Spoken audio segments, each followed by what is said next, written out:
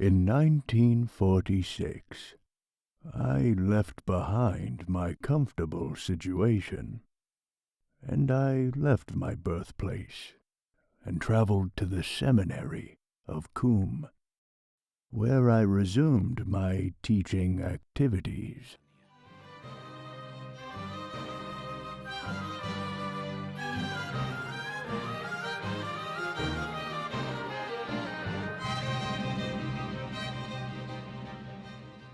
When I came from Tabriz to Qum, I did some research on the needs of the larger Islamic society and the contemporary situation of the seminary itself. The most important areas lacking in the curriculum of the seminary was the Quranic tafsir and philosophical discussions.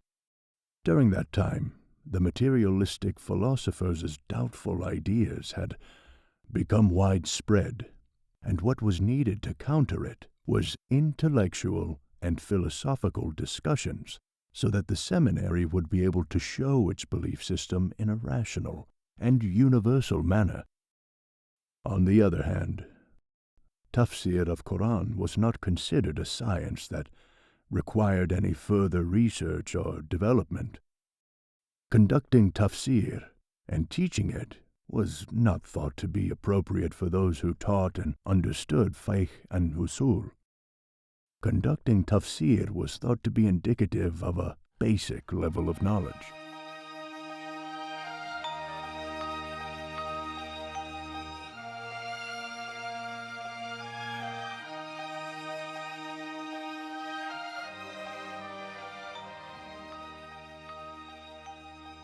He was teaching philosophy and writing books at the time, in which there was a severe need for it. The true scholar is conscious about the contemporary needs of his time. If he had lived in the time of Shah Abbas, for example, or Shah Tahmasbi, or any of the other rulers, would he then write about the principles of philosophy or ideological discussions? Or would he focus on something else? Every scholar needs to address the needs of his time. I remember the first place that he chose was the Hujatiya school. He had only 3 students in the beginning. I still remember his noble character. We were 3 students only, but he had modesty to such an extent that even teaching 3 people seemed to cause him discomfort. We started from the Hujatiya school with 3 people, and glory be to God, slowly people started to hear about his greatness. When I joined his class, I was a seminary student, and I had already studied some philosophy, and I had read Mullah Sidra. Also, I had attended classes of other teachers, whom I don't feel it's necessary to mention their names, as we are focusing on the greatness of Allamah Tabataba'i. You see, I don't want any misunderstanding of my meaning. When I joined his classes, it seemed to me, on the surface, that he wasn't a fervent speaker and didn't have a craft to his rhetoric. He spoke slowly and quietly. However, the points he presented, no one else has ever brought forward, and maybe if he hadn't said it, no one else would ever have thought about it, and I would never have heard it. He would shed light on the most subtle and wonderful questions. Philosophy involves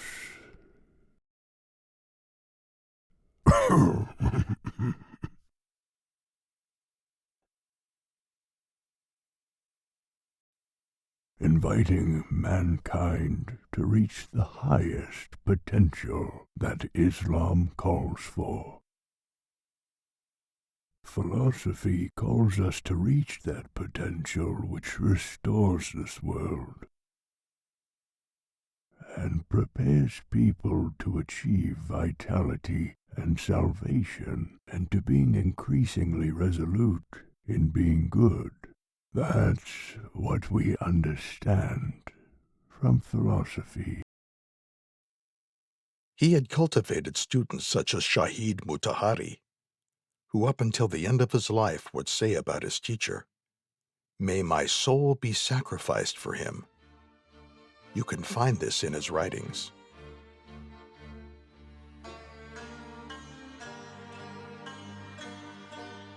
He came and made the school of intellectualism flourish in the seminary. Last fall, I went to Tehran to take care of some errands.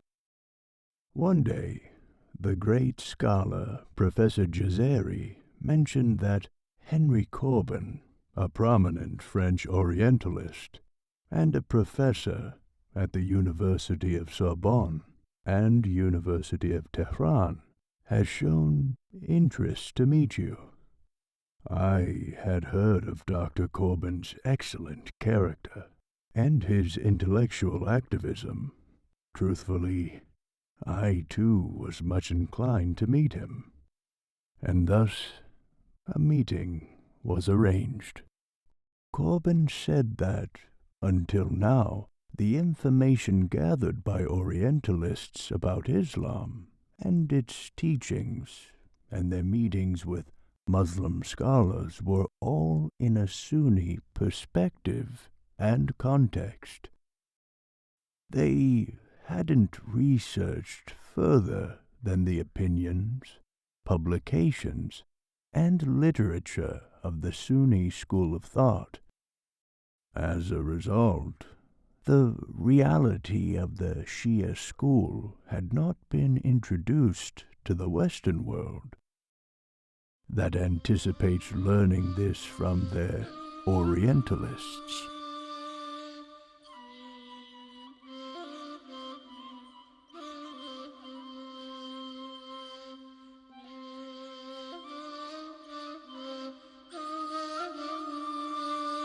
Mr. Corbin said that I have tried and struggled to introduce the Shia school to the Western world in a manner that does it justice.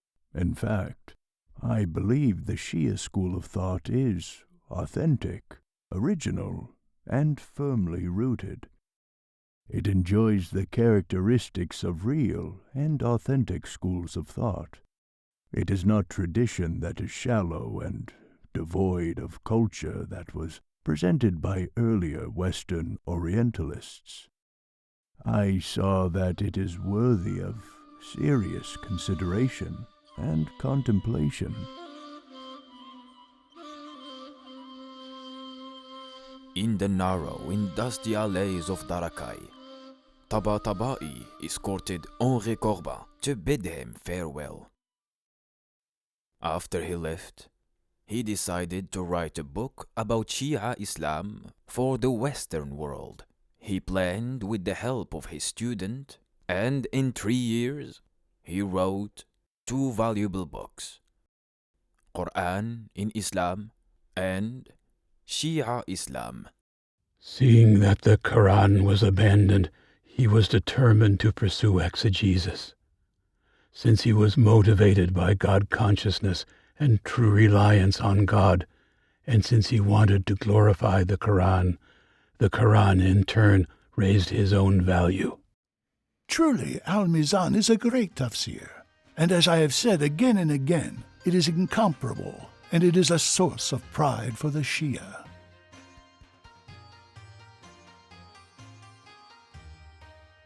With God's help, we have also adopted this Quran-centric method in tafsir, with thorough explanation and investigation, without at all relying on any philosophical theory, academic ideas, or mystical revelations. Tafsir of Quran by the Quran is a very important approach. Two Sunni scholars have attempted to conduct such a form of Quranic interpretation without success.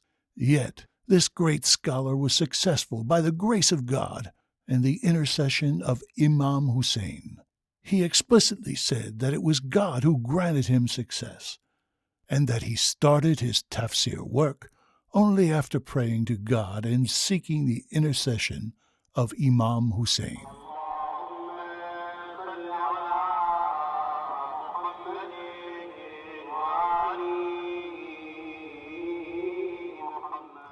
In the preface of his book of exegesis, Al-Mizan, he mentioned verses that describe the Quran as a manifest light and an explanation of everything. So if the Quran is itself a manifest light for everything, why should such a light seek brightness from other sources? What kind of light is that? In this tafsir, we have not delved into the literary elements of the Quran, except to the extent required for understanding the meanings. Of course, the work has various historical, social, ethical questions that have been investigated to the best of our ability. We ask Allah for support and rectitude. Indeed, He is the best guide and support. Standing in need of Allah, Muhammad Husayn Tabataba'i.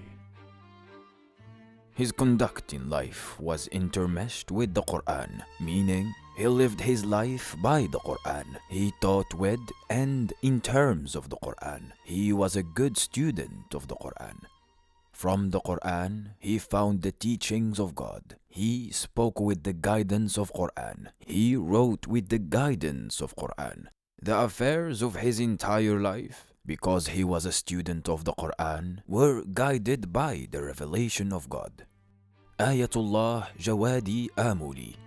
Since the Majma' al-Bayan of Shaykh al-Tabarsi, Al-Mizan is the most important and comprehensive Shia tafsir of this century. Ustad Baha'uddin Khurram Shahi. From a very young age, he started researching and reading about the life of the Prophet. His earliest notes on this were made when he studied in Najaf.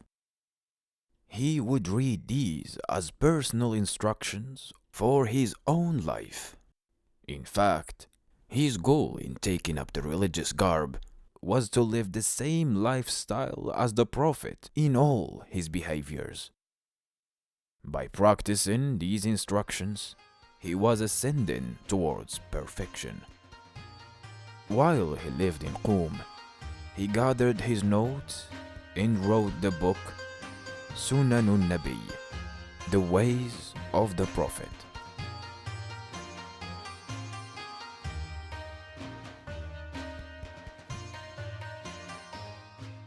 Tabataba'i was guiding primarily by action, by his conduct, to mysticism and virtue. His glance, the way he would glance at you, it was a glance of a loving father. It was a glance of someone passionate about guiding people. His teaching and the way he would answer questions. Sometimes his students would follow him, asking question after question, until they reached the door of his residence, which was located in one of the streets behind Masjid Salmasi. He would patiently answer their questions. When he reached the door of his home, which he should open to enter, instead he would put his back against the door and continue answering. The students would see that he was tired, and without him saying anything, they themselves would become embarrassed and stop asking questions. Look at his devotion, his politeness, his respect of people. Whenever a student objected to his lesson, he would never have a harsh response. His spiritual magnificence was so great that It would leave you in awe, even fear. When I saw him, it was like seeing one of the great friends of God. He would wear the simplest clothes. If I speak about him, people may think I'm exaggerating. But this is not an exaggeration. Everyone had witnessed who he was. He taught in the Ho'i'in Mosque. Once it was winter, and he was sitting on a thin mat. One of the students went and brought him a blanket to place under him, and he said, "Please, remove it." No matter how much the students insisted, he refused. He didn't allow any special attention towards himself. He didn't want to be privileged over his students. He really followed the tradition of the Prophet literally. My conclusion about him, he is an example of an ideal human being. During the time in which we were in his company, we could verify for ourselves that he was practicing all the points in his book, the ways of the Prophet. This man had a certain look of modesty. We were amazed when we look at his face. It was really angelic.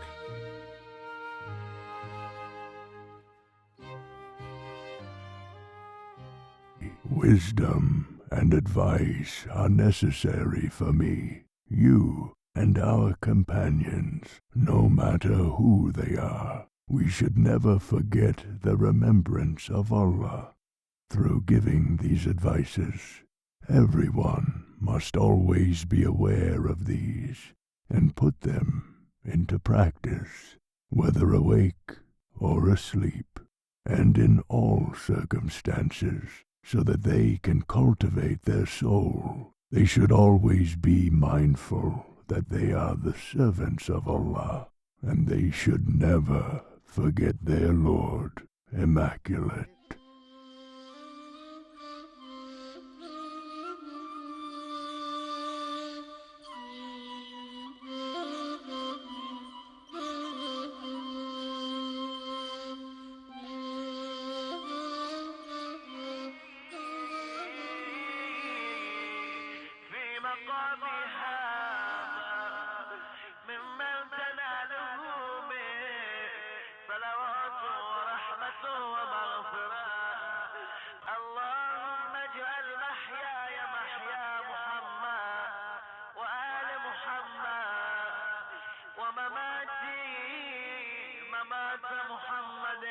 In the name of God, the compassionate, the merciful, to His Eminence Grand Ayatollah Sayyid Tabataba'i, peace and God's mercy and blessings be upon you. To put it briefly, I am 22 years old, and you are probably the only person who could answer my question. My environment and life circumstances are such that I am trapped by my lusts, false hopes, and lowly desires.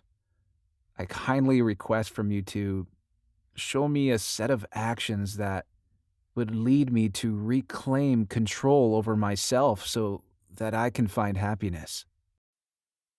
Peace be upon you. To succeed and arrive at the goal you have written about in your letter, you must be committed and hard-working. You must truly repent and commit to training yourself and holding it accountable. Specifically, as soon as you wake up every day, be intent on making all your actions aligned with the pleasure of Allah. Mighty is His name. So when you consider any action, stop and consider its relation to the hereafter. If you see it in otherworldly benefit, perform it. Otherwise, turn away from it. Do this till the night, and until you are about to sleep. Next, before sleeping, put aside 4 to 5 minutes and ponder upon your actions throughout the day. Consider them, one by one. For each action, if it was in accordance to God's pleasure, express gratitude to Him, and if it was far from it, seek forgiveness from Him. Immaculate and high is He.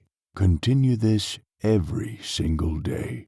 Although this method seems hard and bitter at first, it is the key to salvation and success. Also, every night before sleeping, if you are able, recite these chapters from the Quran: 57 iron, 59 the banishment, 61 ranks, 62 Friday, and 64 dispossession. If you couldn't recite these, recite 59, the banishment only. After doing this for 20 days, write to me about your condition. I pray that God makes you succeed in your endeavor.